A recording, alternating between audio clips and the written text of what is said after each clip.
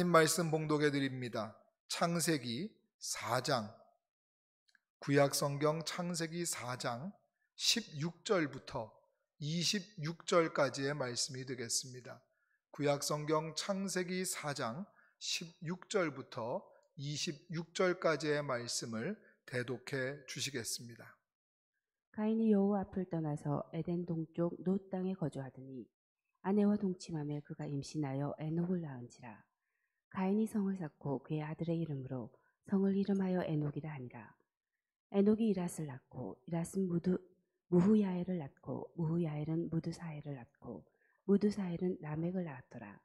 라멕이 두 아내를 맞이하였으니 하나의 이름은 아다요 하나의 이름은 실라였더라. 아다는 야발을 낳았으니 그는 장막에 거주하며 가축을 치는 자의 조상이 되었고 그의 아우의 이름은 유발이니 그는 수금과 퉁수를 잡는 모든 자의 조상이 되었으며 실라는 두발 가인을 낳았으니 그는 구리와 새로 여러 가지 기구를 만드는 자요 두발 가인의 누이는 나아마였더라. 라멕의 아내들에게 이르되 아다와 실라여 내 목소리를 들으라. 라멕의 아내들이여 내 말을 들으라. 나의 상처로 말미암아 내가 사람을 죽였고 나의 상함으로 말미암아 소년을 죽였도다. 가인을 위하여는 벌이 700일진데 라멕을 위하여는 벌이 77회이리로다 하였더라. 아담이 다시 자기 아내와 동침하며 그가 아들을 낳아 그의 이름을 셋이라 하였으니 이는 하나님이 내게 가인이 죽인 아벨 대신에 다른 씨를 주셨다 함이며 셋도 아들을 낳고 그의 이름을 에노스라 하였으며 그때 사람들이 비로소 여호와의 이름을 불렀더라. 아멘. 할렐루야. 오늘 거룩한 주일에 오신 여러분들을 주님의 이름으로 환영해 드립니다. 아멘. 제가 항상 요즘은 매 수요 예배, 금요 예배, 또 주일 예배에 대해서 미리미리 우리 찬양 사역자들에게 공지를 먼저 보내드립니다. 이번 주에는 이런 설교가 합니다. 이런 요지의 말씀이 나갑니다. 라고 공지를 해드리면 우리 찬양 사역자들이 거기에 맞는 찬양들을 고르고 선곡하고 연습해가지고 오는데 오늘 찬양 속에서 오늘의 말씀에 전해야 될 내용들이 이미 다 나왔고 또 우리 중보기도부에겐 제가 그걸 안 알려드렸음에도 불구하고 오늘 해야 될 말씀이 다 찬양 속에 나왔으니 하나님의 은혜와 역사가 이 시간에 강력하게 임하게 될 줄로 믿습니다. 예, 여러분, 우리 사람들은 보이는 것에 굉장히 취약한 부분이 있습니다. 보이는 것만 믿겠다라는 사람들 중에서는 그 보이는 것 때문에 그 보이는 것에 속는 사람들이 상당히 많이 있습니다. 특히 어떤 것에 속습니까? 화려해 보이는 것, 멋있어 보이는 것에 속게 마련입니다. 그러나 정말 중요한 것은 하나님께서는 외모를 보지 아니하시고 중심을 보신다고 하신 것처럼 사무엘이 이새의 집에 가서 기름을 부으려고 했을 때에 첫 아들을 딱 보는 순간에 이 사람이다. 이 사람이야말로 이 나라의 왕감으로 생겼다라고 기름을 부으려고 했을 때 하나님이 아니라 하셨거든요. 둘째가 지나가고 셋째가 지나가고 이 사무엘의 마음에는 그냥 이 아들이 너무 다들 멋있고 왕감으로 생겼어요. 근데 다 하나님이 아니라고 하셨거든요.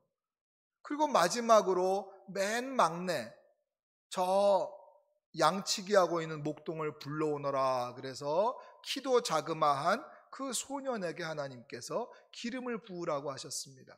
그러면서 하신 말씀이 사람은 외모를 보거니와 나는 중심을 본다고 하셨습니다. 여러분, 내면 안에 숨겨있는 것을 볼 수 있는 영적인 통찰력이 여러분들에게 있게 되기를 바랍니다. 겉모습에 속지 마시고 그 속을 보시고 속사람이 강건할 수 있는 여러분과 제가 되기를 축원해 드립니다. 가인이 동생 아벨을 죽이고 도망가서 정착을 하면서 자녀들을 낳고 사는 이야기가 오늘 읽으신 본문의 이야기입니다. 다른 말로 말해서 오늘 읽으신 본문의 말씀은 가인의 족보라고 할 수가 있겠습니다. 살인자, 그것도 그냥 살인도 아니고 자기 동생을 죽인 살인자, 무슨 엄청난 잘못을 저질러서 동생에게 화가 나 죽인 것도 아니고 그저 질투심, 그 작은 질투심 하나를 이기지 못하고 생명을 아주 대수롭지 않게 여기는 살인자 가인의 후손들이 오늘 족보에 기록되어 있습니다. 그런데 저는 이 족보를 읽을 때마다 항상 어릴 때부터 그런 생각이 들었습니다. 죄인의 족보라면 우리가 응당 생각할 때 망하고 잘 못되고 별 볼 일 없고 그게 하나님의 보응하심이고 그게 사필 규정이라고 생각을 했는데, 가인의 족보를 읽어보면 라멕 한 사람을 빼고 놓고 나면 너무너무너무 대단한 업적을 만든 사람이 전부 다 이 가인의 후손들에게 이름이 쫙 불려지고 있습니다. 라멕 하나만 좀 문제합니다. 가인의 후손 라멕은 어떻게 되어 있습니까? 2명의 아내를 맞이했다고 성경에 쓰여 있습니다. 하나님께서 천지를 창조하시고 처음으로 만들어 놓으신 일부일처라는 결혼 제도를 파괴하고 그가 2명의 여인을 아내로 맞이하고 자기의 정욕적인 삶을, 육체의 정욕을 만족시키려는 삶을 사는 사람으로 라멕이 소개되고 있습니다. 거기서 끝나지 않습니다. 그가 그 자기 아내들에게 자랑하고 떠벌리고 있는 말을 들어보시면 기가 찰 노릇입니다. 그는 한 사람을 죽였다는 사실, 살인죄를 저지르고 자기가 사람을 죽인 걸 무용담처럼 자랑 삼아 떠들어내고 있습니다. 왜 죽였는가 물어봤더니 그가 어떤 이유인지 정확하진 않지만 자기 몸에 상처를 입었고 그것 때문에 내가 죽였다 그럽니다. 근데 그 상대방, 죽인 상대방이 누구라고 그랬느냐면 소년이라고 했어요. 소년을 죽인 것을 자랑스럽게 막 떠벌리고 있는 이 가인의 피 속에는, 이 라멕의 피 속에는 동생을 죽인 가인의 그 죄의 유전자가 마치 물려 내려오는 것처럼 정말 죄인 집안에 태어날 만한 사람 같은 행동을 라멕은 하고 있습니다. 그런데 다들 후손이 이렇게 살아, 이게 뭐 하나님이 공평하신 게 아닌가 싶은데 라멕만 제외하고 나머지 식구들을 쭉 살펴보십시오. 대단한 업적을 이루었습니다.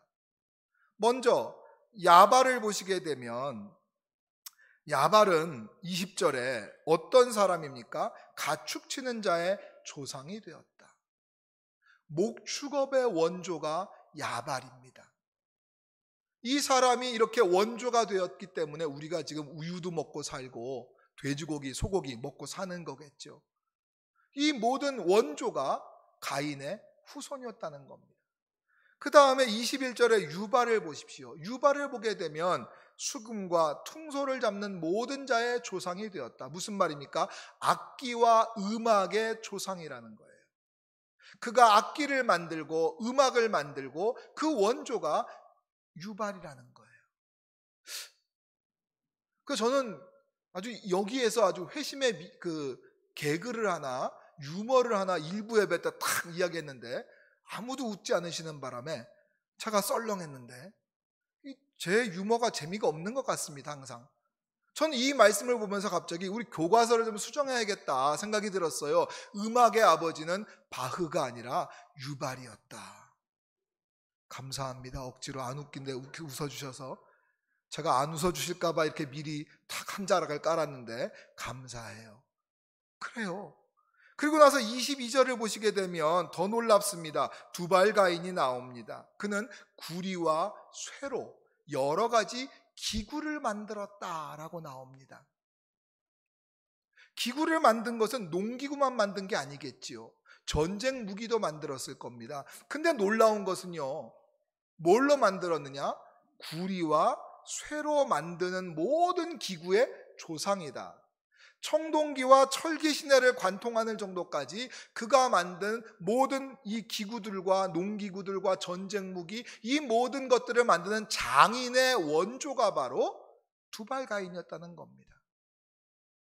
라멕을 제외하고 나면 이 족보들을 보시게 될 때 어떤 느낌입니까? 우리 인류 역사에 있어서, 우리 인류 문명과 문화에 있어서 찬란한 영향을 미친 사람들이 모두 알고 봤더니 가인의 후손들이었던 겁니다. 놀라운 일 아닙니까? 이러면 안 되는 거 아닙니까? 왜 이렇게 죄인의 후손들이, 살인자의 후손들이 이렇게 잘 살아 보이고 이렇게 놀라운 업적을 만든 사람으로, 위인들로 이렇게 우리에게 기록돼야 됩니까? 하나님이 공평하시다면, 죄에 보응하시는 분이라면 이들의 후손들은 다 단명해야 되고 망해야 되고 불행해야 되고 그게 정상일 텐데 왜 이렇게 화려한 이력을 자랑하고 있을까요? 여러분, 그래서 제가 처음에 말씀드린 겁니다. 겉모습에 속지 마시라고요. 람에게 아내가 둘입니다. 아다와 실라입니다. 아다라는 이름은 치장한다는 뜻을 가지고 있어요. 그러니까 이름에서 알 수 있죠. 그 여인은 자기의 온 몸을 치장하고 꾸미는데 노력했던 여인이고, 다시 말해서 아주 겉보기에 화려한 외모를 가진 사람이었을 거고, 거기에 끌려서 결혼한 거죠.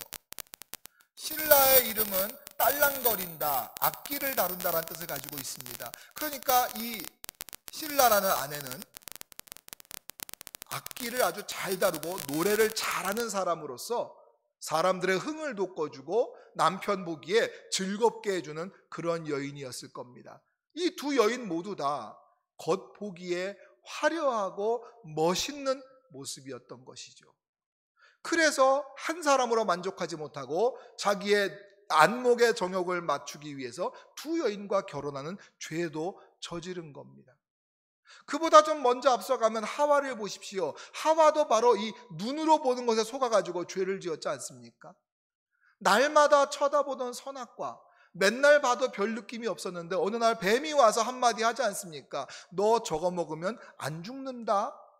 더 놀라운 얘기는 뭡니까? 너 저거 먹으면 눈이 밝아져가지고 하나님처럼 된다. 이 말을 듣는 순간 갑자기, 그 말을 듣기 전까지만 해도, 마음에 충동이 오기 전까지는 선악과 맨날 봐도 저건 따먹으면 안 돼, 저거 먹으면 죽는다고 하셨어 하기 때문에 관심도 없었는데, 저거 눈이 밝아진다, 하나님처럼 된다, 이 말을 듣고 나서 다시 쳐다봤더니 갑자기 그 나무 열매가 어떻게 보였다고요? 탐스럽게 보이고 아름답게 보이고 갑자기 너무 화려하고 아름답고 찬란하고 너무너무 예쁘고 먹음직하게 보였어요. 그 순간 따먹었습니다. 그리고 그 죄의 결과로 그게 죽음이 들어왔죠. 우리 다 아는 상식으로 산에 올라가서 버섯 캐고 할 때 아름다운 버섯을 조심하라고 했습니다. 왜? 독버섯일수록 아주 아름답고 영롱하다고 하잖아요. 겉모습에 속으면 안 되는 겁니다. 내면을 보십시오. 하나님의 말씀도 마찬가지입니다. 그냥 족보를 쭉 읽으면서 와 대단하다 이렇게만 본다면 그 속을 바라보지 못하는 겁니다. 그 속을 바라볼 수 있어야 됩니다. 이게 정말 대단한 건지 대단하지 않은 건지 말이죠. 그것을 좀 파악하는데 도움이 되시라고 해서 가인의 후손과 비교가 되는 또 다른 사람의 족보를 한번 보려고 합니다. 한 장을 성경책만 넘겨보시게 되면 5장에 나와 있는 셋의 족보를 한번 보십시오. 여러분 성경책을 한 장만 넘겨보시면 창세기 5장에 셋의 족보가 나옵니다. 자세히 읽으실 필요가 없어요. 그냥 눈으로 한번 쓱 보세요. 1절부터 마지막 절까지 한번 쓱 보시면요, 어떤 특징이 있죠? 가인의 족보에는 뭘 만들었다, 뭐의 원조다, 뭐의 조상이다, 너무 찬란한 문명을 만들고 그들의 업적은 대단한데 비해서 셋의 후손, 믿음의 후손이라고 할 수 있는 셋의 후손은 어떻게 영 심심하지 않습니까? 무슨 말만 나옵니까? 그냥 낳았다 죽었다, 낳고 죽고 낳고 죽고, 그 말밖에 안 나와요. 얼마나 심심합니까? 우리가 얼핏 이렇게 겉으로만 보기에는 뭐야 이거, 믿음의 자손들이 뭐 잘 되고 막 그냥 장수하고 복을 받고 뭘 많이 만들고 찬란하게 삐까뻔쩍하게 살아야 그게 하나님의 공이 아니야? 왜 믿음 있는 자손들의 가문들은 별 볼 일이 없어? 그건 겉만 보고 속을 못 봐서 그래요. 굳이 여러분들이 전체를 읽어봐서 뭐 장점이 없을까 하고 셋의 후손들을 찾아보게 되면 겨우 발견할 수 있는 게 에녹하고 노아 정도가 있고, 그 다음에 굳이 그래도 좀 2명은 아쉬우니까 1명 더 찾아본다고 하면은 무드셀라 969세를 살아서 인류의 최장수를 누린 사람 정도만 복을 받은 것 같아 보이고, 나머지는 너무 그냥 아무것도 한 게 없고 업적을 남긴 것도 없고 낳았다 죽었다 낳았다 죽었다 이거밖에 없어요. 여러분, 이 안에 이 2개의 족보 안에 담겨있는 놀라운 비밀들을 우리가 찾아낼 수 있어야겠는데, 그 비밀이 뭘까요? 왜 죄인 가인의 후손은 이렇게 많은 업적을 이루고 살았을까요? 그 이유가 딱 한 가지입니다. 그 이유는 바로 그들에게 하나님이 계시지 않았기 때문입니다. 그들이 하나님을 떠났기 때문입니다. 하나님을 떠나면 이렇게 잘 살게 되는 겁니까? 아니요. 하나님을 떠났기 때문에 그들의 삶에는 하나님의 보호하심이 없습니다. 하나님이 나를 보호하실 것을 믿지도 못하고 하나님의 보호하심이 죄인들에겐 없습니다. 그러므로 그들은 자기 스스로 자기 몸을 지켜야 했고, 하나님의 보호하심이 없기 때문에 싸움이 생겼고, 그 가운데 라멕이 상처도 입은 거고, 그렇게 싸우다가 누군가를 죽이기까지 하고, 자기 목숨, 자기 삶을 자기가 지켜야 했기 때문에 편안한 삶을 살 수가 없습니다. 언제 죽을지 모르고 언제 등에 칼 꼽힐지 모르기 때문에 스스로를 방어하고 살기 위하여 무기도 만들어야 되고, 죄를 지은 다음에 땅이 저주를 받아서 쉽게 농작물들을 거둘 수가 없다고 하셨기 때문에 쟁기를 만들고 호미를 만들고 뭔가 땅 파는 도구들을 단단하게 만들지 않으면 농사에서 풍요롭게 살 수가 없고, 비를 내려주시고 자라게 하시고 햇볕을 주시는 분이 하나님이신데 하나님의 공급하심이 없고 하나님의 공급하심을 믿을 수가 없으니까 자기 힘으로 먹고 살기 위하여 무던한 노력을 하고 있는 겁니다.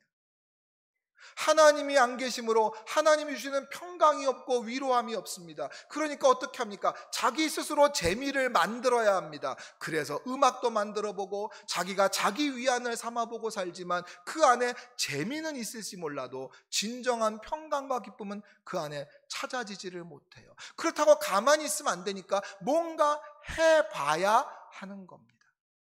하나님의 공급하심을 믿을 수 없기 때문에 가축을 기르는데 온갖 노력을 해서 기술을 만들어내야 되는 겁니다.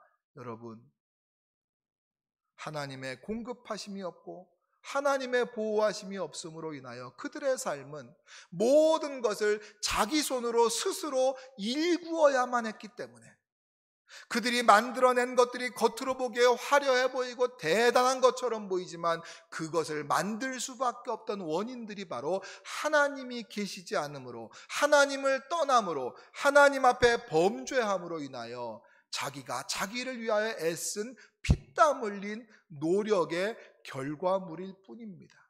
그것을 안다면 그들의 삶이 행복했다거나 그들의 삶이 참 복을 많이 받았다, 그들이 잘 살았다라고 볼 수 있겠냔 말이죠. 그에 반해서 셋의 후손들을 보십시오. 심심합니다. 아무것도 무슨 업적을 남긴 게 아무것도 없습니다. 그냥 낳았다 죽었다 낳았다 죽었다, 아무 일도 없습니다. 근데 여러분 그거 아십니까? 지혜로운 사람은 압니다. 현명한 사람들은 압니다.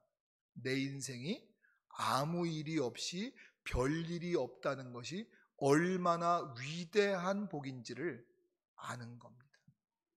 인생에 굴곡이 없고 무슨 막 드라마틱한 것이 없다는 거, 평탄하고 하나님이 함께 하시기 때문에, 하나님이 보호하시고 하나님이 공급하시고 하나님이 늘 지켜주시기 때문에 내 힘으로가 아니라 하나님의 힘으로 사니 하나님의 보호하심을 받고 하나님이 주시는 평강을 누리고 그 안에서 내 삶이 평탄하니 별 할 일이 없이 그냥 하나님 주시는 기쁨과 은혜를 누리며 살아가기 때문에 그들의 삶에는 뭘 할 필요도 없었고, 뭘 애쓰지 않아도 됐었고, 뭘 지키지 않아도 됐었고, 그들의 삶은 평안할 수밖에 없었음을 믿으시기 바랍니다.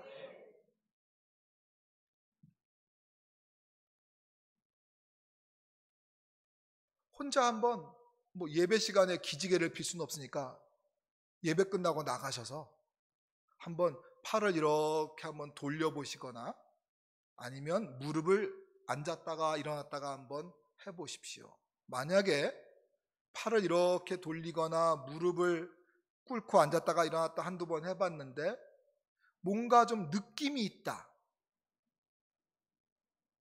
둘 중에 하나일 겁니다. 어떤 느낌이 온다 아니면 아무 느낌이 없다. 누가 건강한 건지는 제가 대답 안 해도 알아들으시겠죠. 팔을 한번 이렇게 했는데 뭔가 찌릿찌릿하다, 어딘가 결린다, 그거 건강하지 않다는 겁니다. 신호가 있는 거예요. 뭐가 있다는 건 어딘가 건강하지 않아요. 젊은 아이들일수록, 어린 아이들일수록, 건강할수록 아무리 팔을 돌려도 뭘 느끼라는 거지? 아무 느낌이 없는 거예요. 그게 건강한 거예요. 예? 오늘 하루 참 별일이 없었다. 그게 얼마나 위대한 하루를 보낸 건지 아십니까? 어제 20년 만인가요?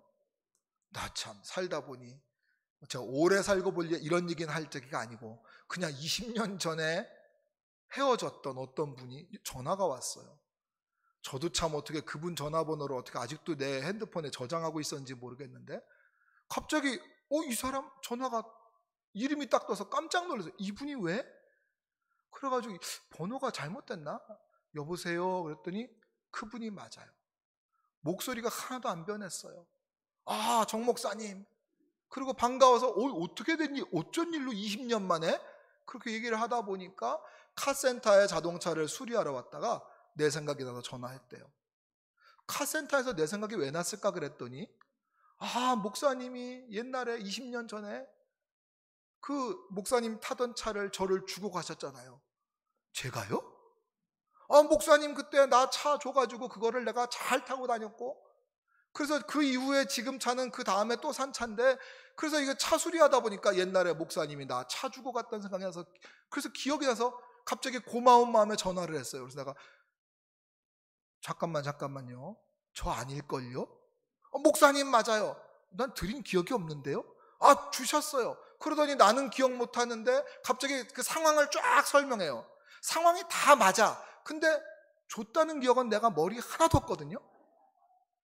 근데 줬다는 기억이 없는데 모든 상황이 완벽하게 맞는 거예요. 무슨 차를 했었고 그때 내가 어떻게 했었고 어떻게 해서 왜 줬고 쭉 설명해요. 근데 여전히 찜찜해. 믿어지지가 않아. 나 아닌데? 맞다니까요. 받은 내가 알지. 그래서 어쨌거나 알았다고. 기억해 주니 고맙다고.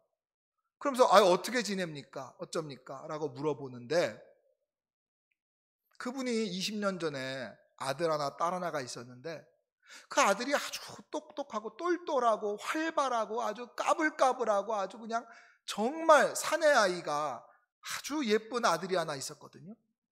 근데 이제 서로 사역지가 달라지고 안 본 오랜 세월 사이에 소식만 들었어요. 아들이 아프다는 소리를 들었어요.